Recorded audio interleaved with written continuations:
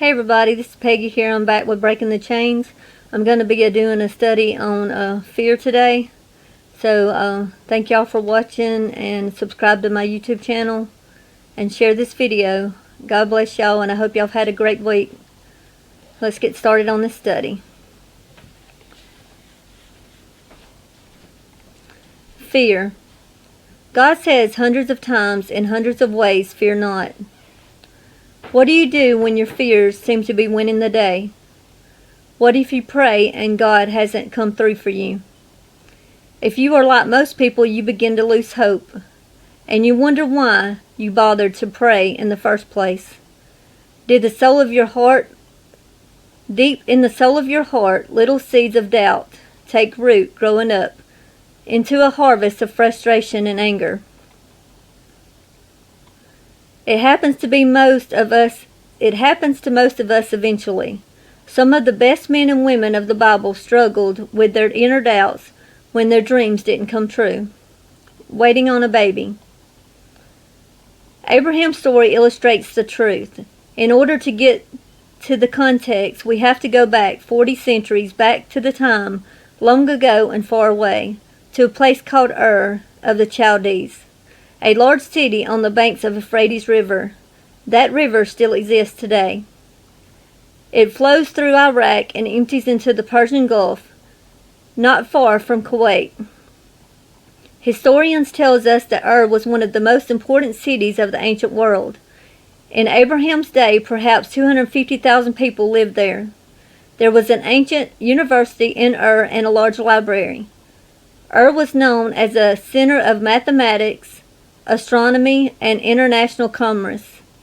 It was much like Chicago, New York, and London, and also Singapore. What else do we know about Abraham, as he is first called Abram and later Abraham? As the story begins, he was 75 years old when we met him, which in those days would be considered middle-aged. He was a prosperous businessman who had no doubt well known to many people. He and his wife Sarah, first called Sarai, they had no children. It is against the backdrop that God speaks to Abram for the first time in Genesis 12:1.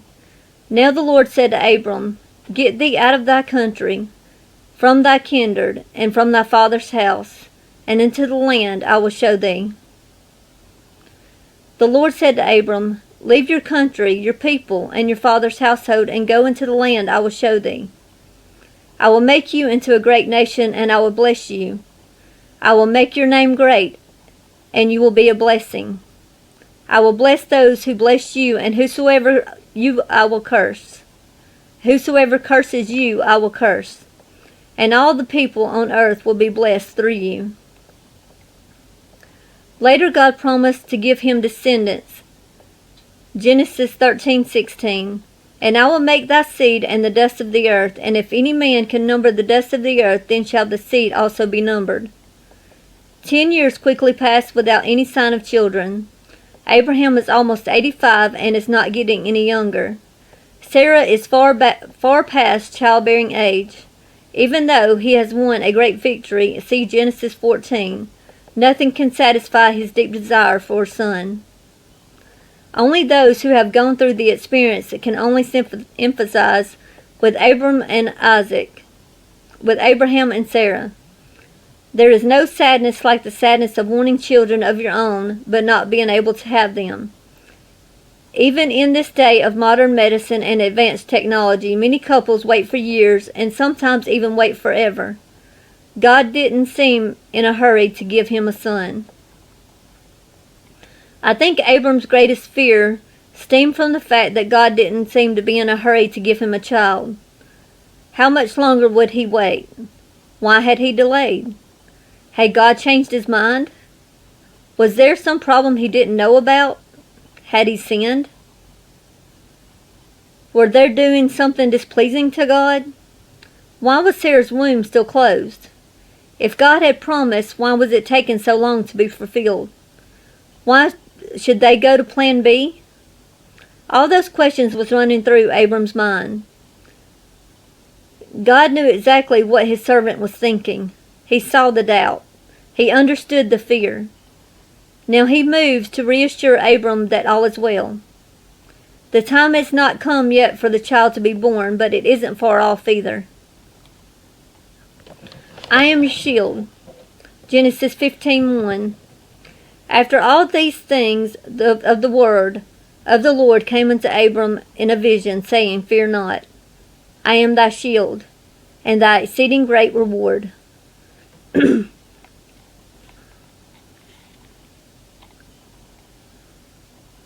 There are at least 4 reasons Abram could have doubted God's promises of a son. 1, he was too old. 2, many years have passed since the promise had been given. 3, nothing like this has ever happened before. And 4, Sarah also doubted God's promise. When you think about it, there is no reason to believe, no reason except that God had promised to do it. The question now is simple. Will God's promise be enough for Abraham? To all our fears, God says, I am a shield. In answer to that question, God declares, I am your shield. We should not think of a small shield that covers only the chest area, but rather a shield that stretches from head to toe and completely protects every part of the soldier's body. Such as a shield offers complete protection from every attack from the enemy. To call God our shield means 2 specific things. He protects us in time of doubt, and he rescues us in time of danger. Note that God does not say, I will give you a shield, but I am your shield. Every God of heaven says that he will be our shield. The very God of heaven says that he will be our shield, which means we have a shield that is all-powerful, universal, and eternal. That shield cannot be defeated. It is strong as God himself. We could not be in a better position. Who can defeat us when God himself is our shield? No one. The great message is certainly clear. If God is your shield, fear not. Why does God delay his answers? Well, that brings us back to the central issue. Why did God wait so long to give Abraham a son? Abraham was 75 when God spoke to him, and 100 when Isaac was finally born. He was almost 85 when God came to him and said, Fear not. After all these years, God still wasn't ready to answer Abraham's prayer. Abraham was old, but he would be older yet before Isaac was even born. Of all the questions that plague the people of God, none so vexing as the question of an unanswered prayer. We know God loves us and has a plan for our life. Why then does God take so long to answer our deepest, most heartfelt prayers? From Abraham's experience, we may suggest 3 answers. 1. To develop perseverance in us. To put it very simply, it would be easy for God to answer all our prayers for the first time we prayed them. Not only would we take it for granted, we would also develop a shallow faith. Number 2, to ensure that God alone gets the glory. When Paul wrote about Abraham's story, he mentioned the point prominently. Romans 4:19 through 21 says in 19, And Lamech took unto him 2 wives. The name of the one was Adah, and the name of the other was Selah. And Adah was Jabel. He was the father of such as dwell in tents and such as to have cattle. And his brother's name was Jubal. He was the father of all such as handle the harp and organ. Not only did Abraham have to wait 25 years for the answer to his prayers, he also had to suffer the humiliation of his own failed schemes. Immediately after God spoke to him in Genesis 15, he agreed with Sarah to sleep with their maidservant Hagar, in hope of conceiving a child through her. It worked, and Ishmael was born. But this short-sighted attempt to help God also backfired and brought sadness and heartache to everyone involved. God often delays his answers. God often delays his answer so that we will have plenty of opportunity to fail using our own resources. Only then does God act, but when he does, he demonstrates that he alone is responsible for answering our prayers, that he alone must get the glory.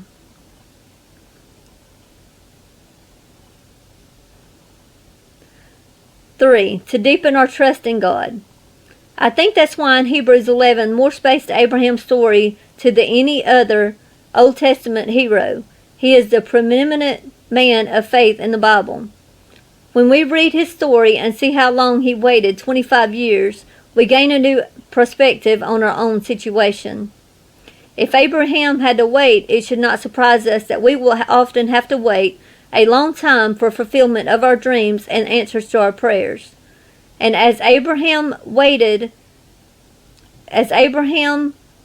is not bad if it causes us to deepen our trust in God and to learn more about his character. The answer is a person. God answers to fear is not an argument or a formula. It's a person. That's why he said to Abraham, "Fear not, I am your shield." God himself is the final answer to every fear of the human heart. Have you ever wondered why God himself by the name I Am in the Old Testament? Above all else, it means that God is eternally existent, and therefore all creation depends on him. God stands alone. Not one can be compared to him. He is complete in himself. God doesn't need us, but we desperately need him. Think of it this way. To say that God is great, I am, means that when we come to him, he has everything we need exactly at that moment. It's as if God was saying, I am your strength. I am your courage. I am your help. I am your hope. I am your supply. I am your defender. I am your deliverer. I am your forgiveness. I am your joy. And I am your future. God is saying to you and me, I am whatever you need whenever you need it.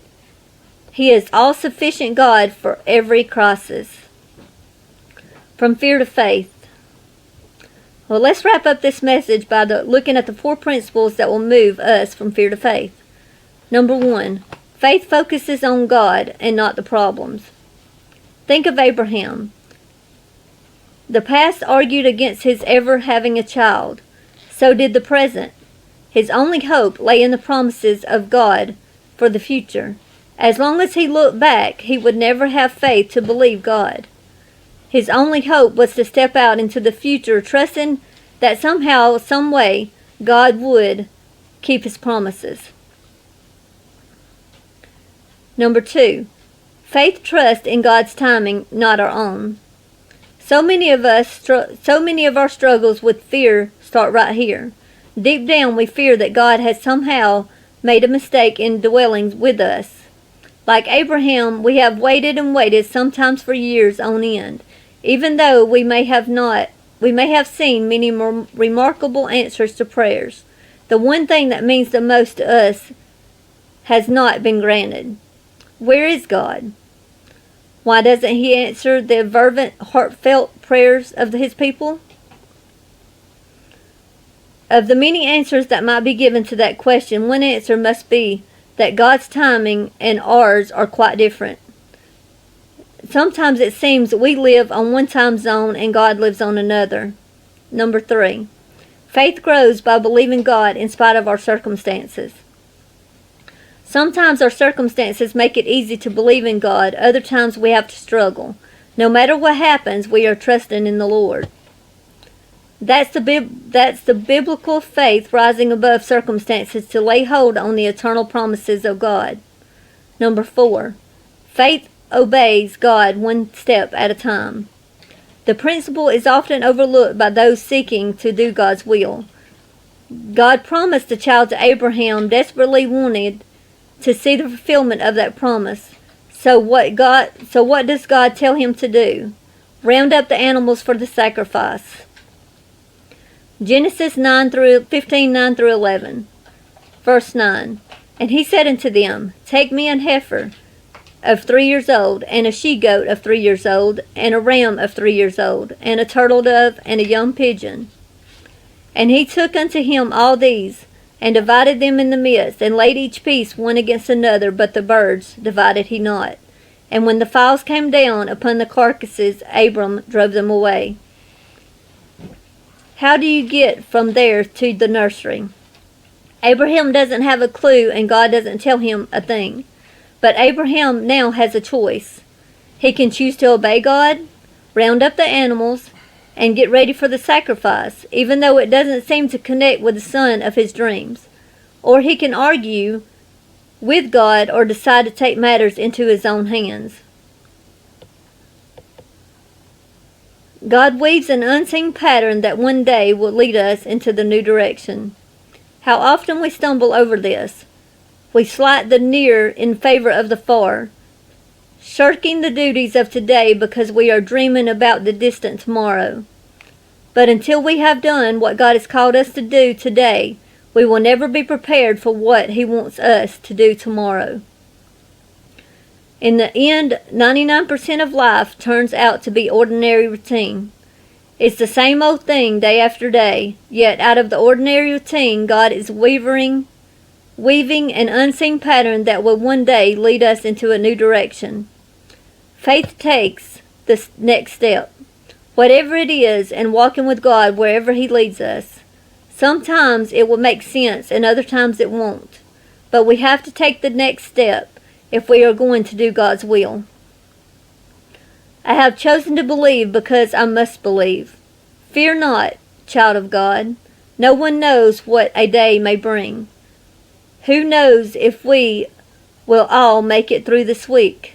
But remember, our God is faithful to keep every one of His promises.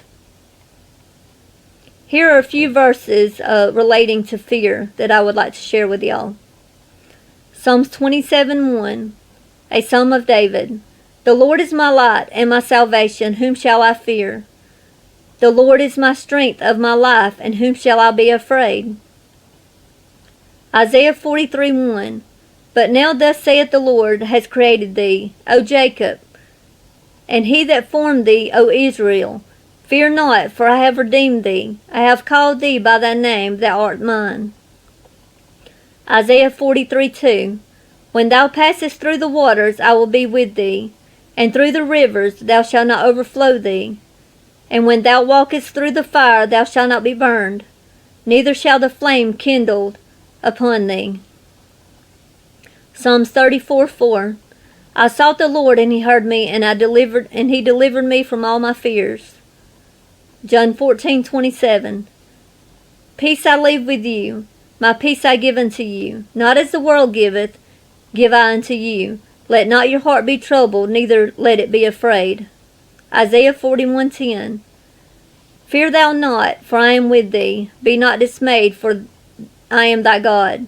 I will strengthen thee. I will help thee, and I will uphold thee the right hand of my righteousness. 2 Timothy 1:7, For God hath not given us a spirit of fear, but of power and love and of sound mind. Hebrews 13:5, Let your conversation be without covetousness, and be content with such things that ye have, for ye have said, I will never leave you nor forsake thee. Hebrews 13:6, So that ye may boldly say, The Lord is my helper, and I will not fear what man shall do unto me. That's just a few verses of fear. There is a lot more in the Bible if you really research it. Thank y'all for watching, and I hope y'all enjoyed this video. And just remember, God is faithful, and He does keep all His promises for His children. And please subscribe to our YouTube channel. We have a YouTube channel, Breaking the Chains, and one on testimonies called Living Proof Testimonies, and also The Hard Truth. And then we also have a website called Line of Judah, and the website address is lineofjudah.ucoz.com. God bless y'all, and y'all have a blessed day.